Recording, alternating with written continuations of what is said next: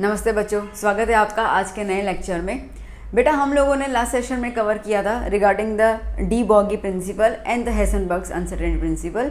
मैं उम्मीद कर रही हूँ कि आपको ये जो पूरा चैप्टर 2 का सीरीज़ बनाया है आपको वो हर एक लेक्चर समझ में आ रहा होगा। उम्मीद कर रही हूँ कि आपको पूरा स्ट्रक्चर जो है वो किस तरीके से बदलाव लेता जा रहा है as a time being and as the different experiments जो किए जा रहे हैं, तो आप उन चीज़ों को समझ पा रहे हैं।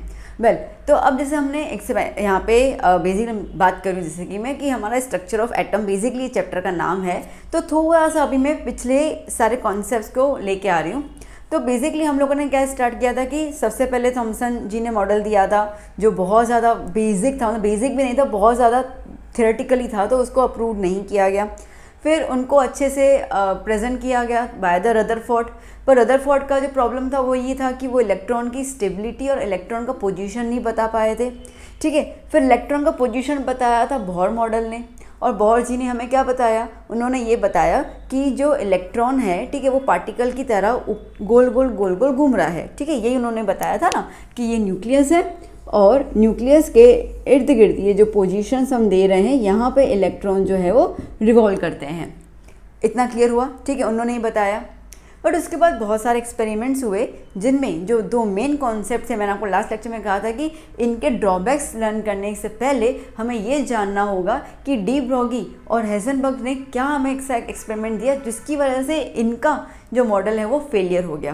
ओके, तो बेसिकली अगर आपसे क्वेश्चन पूछा जाता है reasons for the failure of the Bohr atomic model, और आपको ऐसा कहा जाए डीमेरिट्स या ड्रॉबैक्स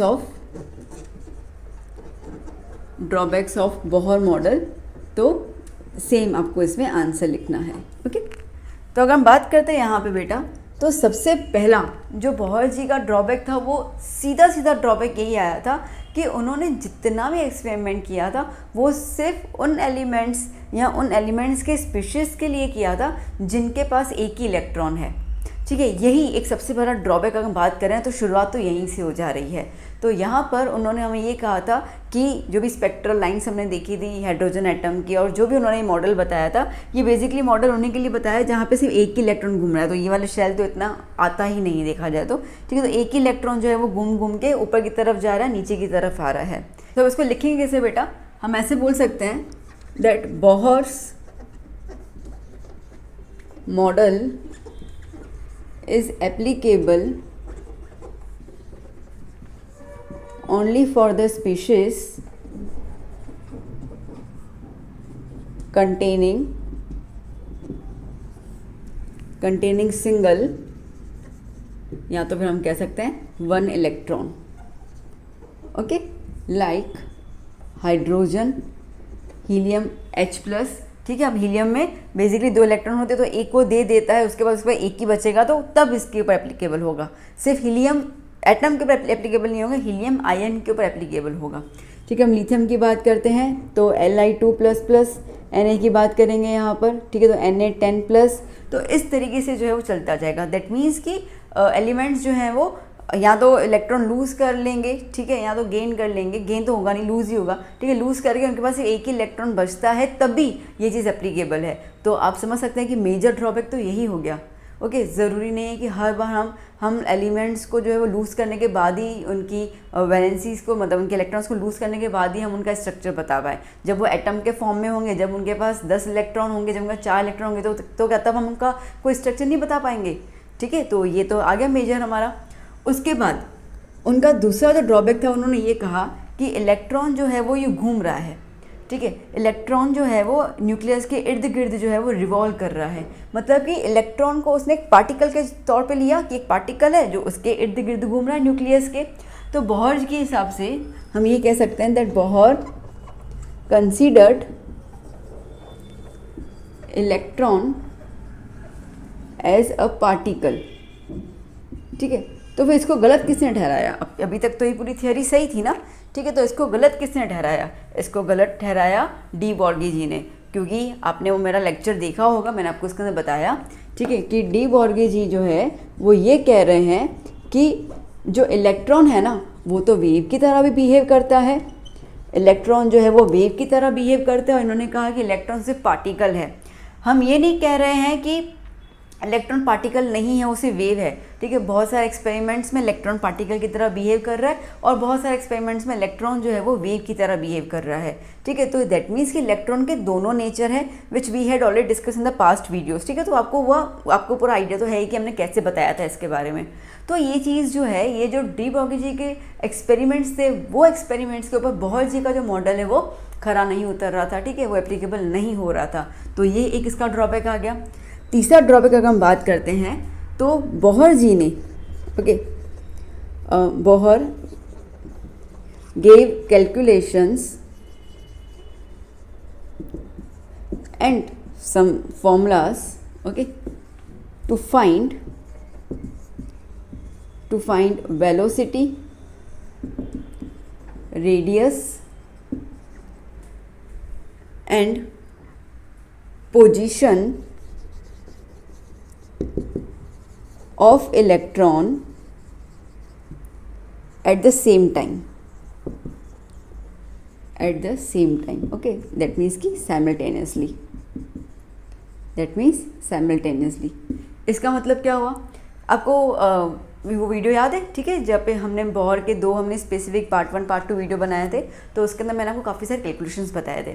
तो जैसे कि अगर मैं बोलूँ तो हम लोग ना रेडियस निकाल सकते हैं, ठीक है, कि जैसे ये इलेक्ट्रॉन है, मतलब न्यूक्लियस है, ठीक है, तो ये रेडियस हो जाएगा इस तरीके से, यहाँ पे कितना हुआ, ठीक है, यहाँ कितना हो गया। तो रेडियस मतलब पोजीशन पता कर सकते हैं इलेक्ट्रॉन की, देखा जाए तो रेडियस का जो फॉर्मूला नहीं था 0.53, ओके, n² z एंगस्ट्रॉम, ठीक है, ये वाला।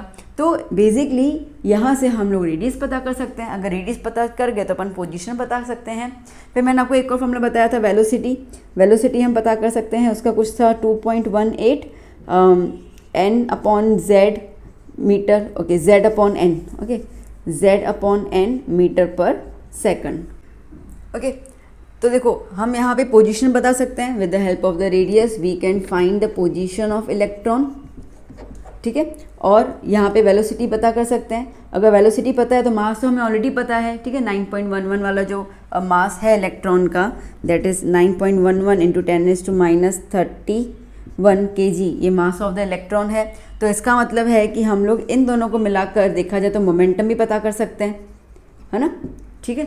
बट दोनों चीज़ें एक साथ एक ही समय में एक ही टाइम पे बताना, वो तो हेसनबर्ग जी ने मना किया था, क्योंकि उसके बाद हेसनबर्ग जी के जो प्रिंसिपल्स के हिसाब से उन्होंने एक्सपेरिमेंट किया था, तो उन्होंने तो यही कहा था ना कि हम लोग दोनों चीज़ें एक साथ नहीं बता सकते हैं, या तो वेलोसिटी बता सकते हो इलेक्ट्रॉन की, या तो आप पोजीशन बता सकते हो, दोनों आप इकट्ठे, वो भी एक्यूरेसी के हिसाब से तो बिल्कुल नहीं, पॉसिबल ही नहीं है बताना। तो आप समझ चुके होंगे कि ये वाली जो उनकी ये जो थियोरी थी, ठीक है, वो किसके हिसाब से रिजेक्ट हो गई?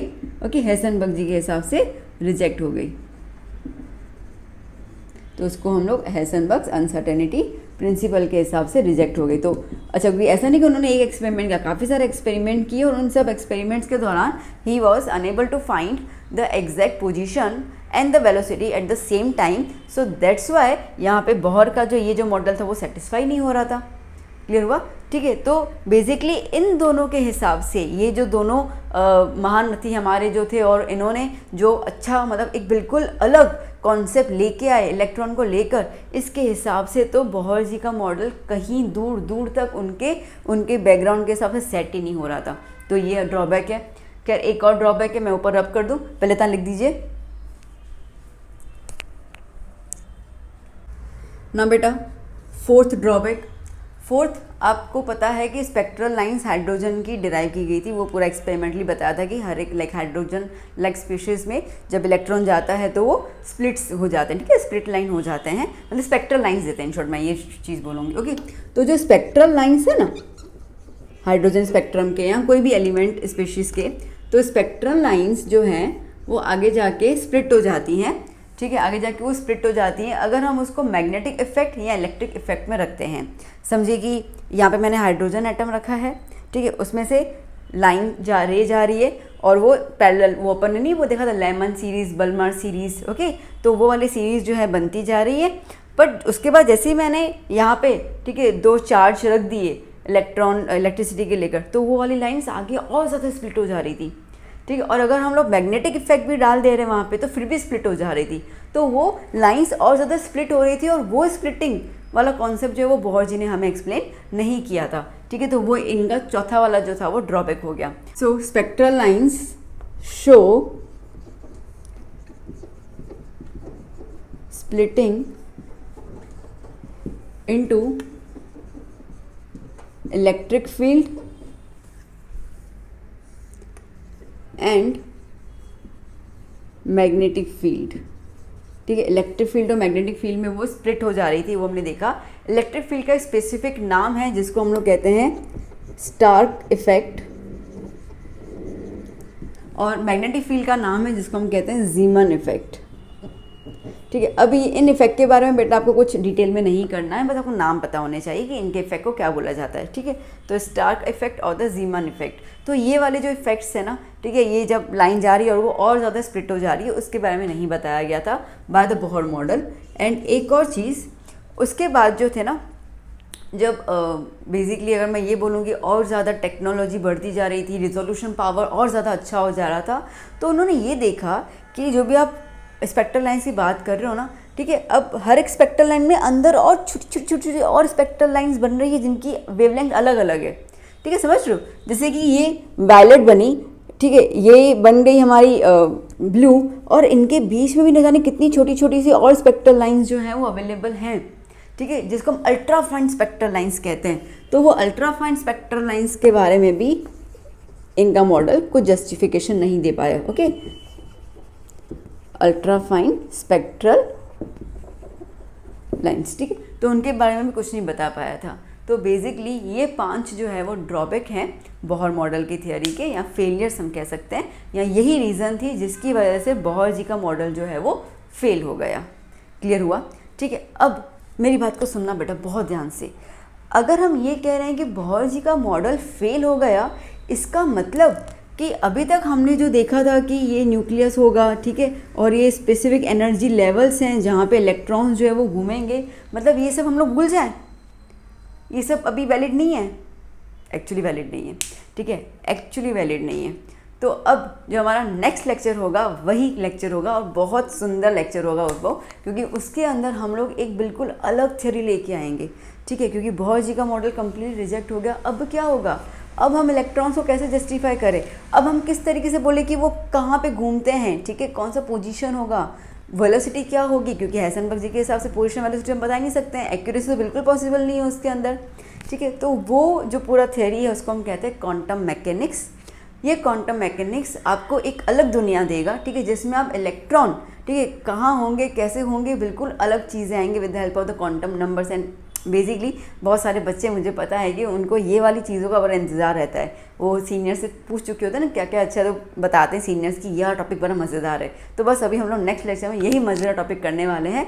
टिल देन क्या करोगे बेटा, अच्छे से, ठीक है, खूब स्टडी करो, हर एक लेक्चर को 2-2 बार देखो, अगर आपको समझ नहीं आया कोई, जितना आप देखोगे उतना आपके कॉन्सेप्ट जो है वो मस्त मजबूत हो जाएंगे। तो अब वो देखते रहिए, मैं मिलता हूँ आपको नेक्स्ट लेक्चर में विद द क्वांटम नंबर्स, ठीक है। चलिए बाय बाय, टेक केयर।